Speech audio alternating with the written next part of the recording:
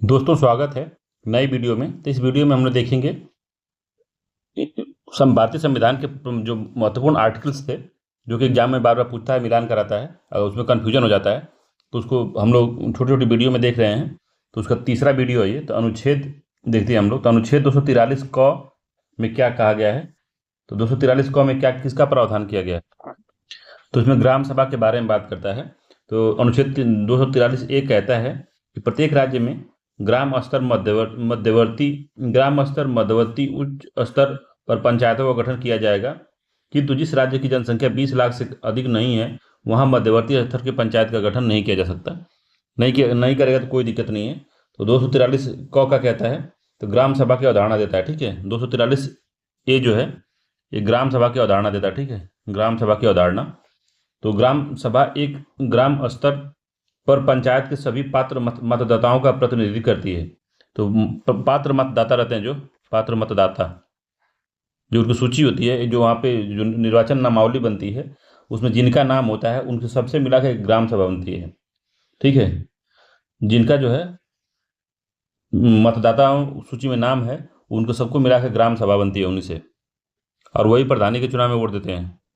अगला इसमें 243 क में तो बताया है कि ग्राम सभा से मिलके पात्र मतदाता जो होंगे, जिनका मतावली में नाम होगा, मतदाता सूची में जिनका नाम होता है, उन्हीं से मिलकर क्या बनेगी, तो ग्राम सभा बनेगी।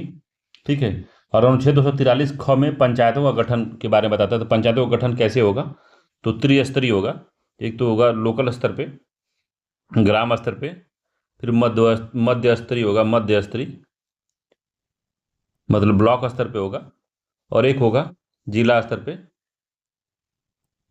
ठीक, तीनों स्तर पे ये होगा, यही कहा गया है इसमें। ठीक है, और इसमें जो है अगर 20 लाख से अधिक जनसंख्या जहाँ पे नहीं है, किसी क्षेत्र की 20 लाख से जनसंख्या अधिक नहीं है, 20 लाख से कम जनसंख्या, तो मध्यवर्ती को अपना सकता है, नहीं भी अपना सकता है, उसके ऊपर डिपेंड करता है। ठीक है, तो 20 लाख से अधिक नहीं है तो मध्यवर्ती को छोड़ भी सकता है। ठीक है, तो ऐसे राज्य में मध्यवर्ती स्तर पर पंचायतों को गठित करना आवश्यक नहीं है जिनकी जो जनसंख्या है 20 लाख से अधिक न हो। ठीक है, तो ये बात याद रखिएगा। 243 गौ में क्या कहता है, पंचायतों की संरचना। पंचायतों की संरचना क्या होती है, क्या होगी, वो बताया गया 243 गौ में। ठीक है, 243 गौ में पंचायतों की संरचना को बताया गया है। तो 243 गौ में, या सी कहते हैं इसको, इसको बी कहते हैं। ठीक है, 243 सी या गौ में कहा गया कि पंचायतों की संरचना।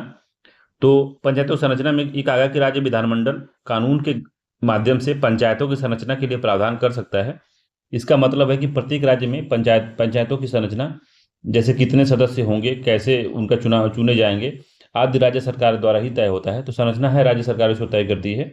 ठीक है, इसको याद रखिएगा। और 243 सी में ये बताया गया कि जो पंचायतों के अध्यक्ष और सदस्यों को कैसे चुना जाएगा। यह प्रावधान करता है कि पंचायत में सभी सदस्यों का प्रत्यक्ष चुनाव के माध्यम से ही वो चुने जाए, तो डायरेक्ट इलेक्शन के माध्यम से उनको चुना जाना आवश्यक है। ठीक है, तो ये पंचायतों की संरचना की बात है। तो इसमें जो है विधान जो सभा है वहाँ की, वो डिसाइड करेगी। ठीक है, अनुच्छेद 243 घ में क्या कहा गया है, तो डी है 243 डी में पंचायतों में स्थानों का आरक्षण। तो पंचायतों में आरक्षण, जो आरक्षण की बात कही गई है, वो 243 डी में कही गई है। ठीक है, तो इसमें कि 243 डी के तहत कहा गया कि राज्य विधानमंडल प्रत्येक पंचायत में अनुसूचित जनजातियों के लिए सीटों का आरक्षण करेगा। इसके अलावा महिलाओं के लिए भी आरक्षण का प्रावधान इस अनुच्छेद के तहत किया गया है, और कहा गया कि पंचायतों की कुल सीटों का कम से कम 1/3 भाग महिलाओं के लिए आरक्षित होगा। तो 243 घ में कहा गया है या 243 डी में कहा गया, ये बात पंचायतों में स्थानों का आरक्षण। ठीक है, इसको मिलान कराता है, याद रखिएगा। तो राज्य विधानमंडल को अधिकार है कि वह इसमें स्पष्ट कहा गया है कि राज्य विधानमंडल इस संबंध में कानून बना सकता है। आरक्षण के प्रावधान वो है, जो है आवश्यक प्रावधान कर सकता है। कौन करेगा, तो राज्य विधानमंडल कर सकता है। ठीक है, और 243 डी का उद्देश्य है पंचायतों में सामाजिक न्याय प्रतिनिधित्व सुनिश्चित करना, विशेष रूप से अनुसूचित जातियों, जनजातियों और महिलाओं के लिए इसमें प्रावधान किया गया। ठीक है, 243 डी समझ में आया होगा आपको। ठीक है, 243 झ में क्या कहा गया है, या 243 आई जिसको कहते हैं, क्या किया गया है इसमें, तो पंचायतों के वित्तीय मामले पर सिफारिश करने के लिए राज्य द्वारा वित्त आयोग का गठन करने का प्रावधान इसमें किया गया है। ठीक है, 243 आई में कहा गया है कि एक राज्य वित्त आयोग का गठन किया जाएगा, राज्यपाल हर 5 साल में एक वित्त आयोग का गठन करेंगे ताकि राज्य की वित्तीय स्थिति की समीक्षा की जा सके, और यह आयोग राज्य और पंचायतों के बीच करों, शुल्कों, टोल और शुल्कों की शुद्ध आय के वितरण को नियंत्रित करने का सिद्धांतों का सिफारिश ये कर सकता है। ठीक है, ये बात है। राज्य का वित्त यही पूछता है कि 243 आई में क्या है, तो राज्य का वित्त आयोग है। ठीक है, हर 5 साल में राज्यपाल जो है वहाँ पे उसको नियुक्त करेगा। ठीक है, और 243 वाई में क्या है, इसी में देखिए छोटा सा लिखा हुआ है 243 वाई। तो ये नगर पालिकाओं में जो वित्तीय संसाधन को बांटने के लिए राज्य वित्त आयोग के लिए प्रावधान किया गया है पंचायतों में। ठीक है, नगर पालिकाओं में। तो ये आई जो है किसके लिए है, तो पंचायत है, ग्राम पंचायत। ये है नगर पालिका के लिए। ठीक है, वाई 243 वाई जो है नगर पालिका के लिए है। ठीक है, नगर पालिका के लिए वित्त आयोग का प्रावधान करता है। ठीक है, याद रखिएगा। 243 वाई में नगर पालिका राज्य वित्त आयोग से संबंधित है, जो कि नगर पालिकाओं की वित्तीय स्थिति को मजबूत करने, उसके सुदृढ़ वित्त की सिफारिश देने के लिए इसको बनाया गया है। ठीक है, नेक्स्ट है इसमें 243 के या 243 टॉ कहते हैं, टॉ टट्टू वाला टॉ। तो इसमें राज्य निर्वाचन आयोग के बारे में बताया गया है। तो कहा गया कि यह अनुच्छेद राज्य चुनाव आयोग को पंचायतों के चुनाव की निगरानी, निर्देशन और नियंत्रण करने का अधिकार देता है। कौन, तो 243 टॉ। ठीक है, और ये क्या करेगा, तो यह राज्य चुनाव आयोग को निर्वाचन नामावली को तैयार करने का अधिकार भी देता है, और यह राज्य चुनाव आयुक्त की नियुक्ति राज्यपाल द्वारा की जाएगी, इसके बारे में बताता है। उनकी सेवा शर्तें राज्यपाल द्वारा निर्धारित किया जाएगा, ये सभी बताता है। और राज्य चुनाव आयुक्त को हटाने का तरीका भी बताता है। ठीक है, और न्यायालयों के हस्तक्षेप को निषेध करता है। तो कई चीज़ों पर प्रावधान है। तो बस ये पूछता है कि 243 के में क्या है, तो राज्य निर्वाचन आयोग है इसमें। ठीक है, 243 के में राज्य निर्वाचन आयोग है, याद रखिएगा।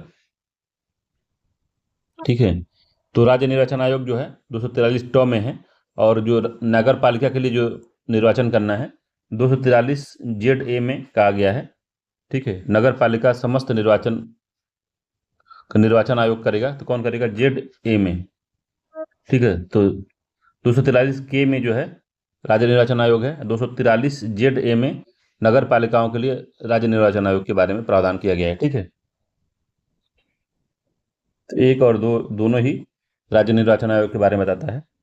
अनुच्छेद 243 थ में क्या कहा गया है, तो नगर पालिका का गठन की बात की गई इसमें, कि नगर पालिकाओं का गठन किसमें है, 243 थान थ वाला थ। ठीक है, तो अनुच्छेद 243 जेड डी में क्या है, तो जिला योजना समिति है। तो काफ़ी इंपॉर्टेंट है, कई एग्जामों में पीछा है। जिला योजना समिति किसमें है, तो 243 जेड डी में है, या वाई य घ में है। ठीक है, जिला योजना समिति। अनुच्छेद 243 य झ में क्या है, तो सहकारी समितियों का जो निगमन जो है कहा गया है। 243 य झ में सहकारी समितियों का निगमन के बारे में बात की गई है। ठीक है, तो ये कहा गया है। तो जो राज्य निर्वाचन आयोग जो है 243 के में करता है, वही काम 243 जेड ए में नगर पालिकाओं के लिए राज्य निर्वाचन आयोग करेगा। ठीक है, दोनों में वही करेगा, वही काम है उसका। बस ये नगर पालिका के लिए करेगा जेड ए में, और यहाँ पे राज्य निर्वाचन आयोग के लिए करेगा, राज्य उसके लिए ग्राम पंचायत के लिए करेगा। ठीक है, और 243 जो यम है, 243 यम में क्या कहा गया है, तो नागालैंड, मेघालय और मिजोरम में लागू नहीं होगा क्या, तो ये ग्राम पंचायत वाला अधिनियम, ग्राम पंचायत का जो भी प्रावधान है नागालैंड, मेघालय, मिजोरम में लागू नहीं होगा।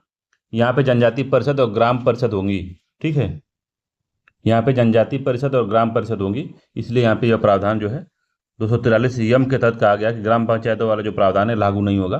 कहाँ पे, तो नागालैंड, मेघालय और मिजोरम में। ठीक है, सबसे महत्वपूर्ण इसमें जो है इसी को पूछता है, ये वाला इसको पूछता है बार बार, इसको पूछता है जेड ए, और ये पंचायतों के आरक्षण और जेड आई, इन्हीं 4-5 को घुमा फिरा के लगाता है। और जिला योजना समिति 243 जेड डी को पूछता है बार बार। ठीक है, जिला योजना समिति को गठन, इसको मिलान कराता है। तो 1 2 3 4 5 इसको याद रखिएगा आराम से। ठीक है, तो यही है। तो अभी आज हम लोग ये पंचायतों के बारे में पूरा देखे हैं। ठीक है, चलिए मिलते हैं अगले किसी वीडियो में, तब तक के लिए धन्यवाद। ठीक है, तो इसमें जो है आप इसको थोड़ा नोट कर लिया करिए, अगर आप अपने हैंडराइटिंग में अगर इसको नोट करते हैं तो आपको बहुत ज़्यादा फायदा होगा इसमें। ठीक है, तो 200 याद रखिएगा। ठीक है, चलिए मिलते हैं अगले वीडियो में, तब तक के लिए धन्यवाद, नमस्कार।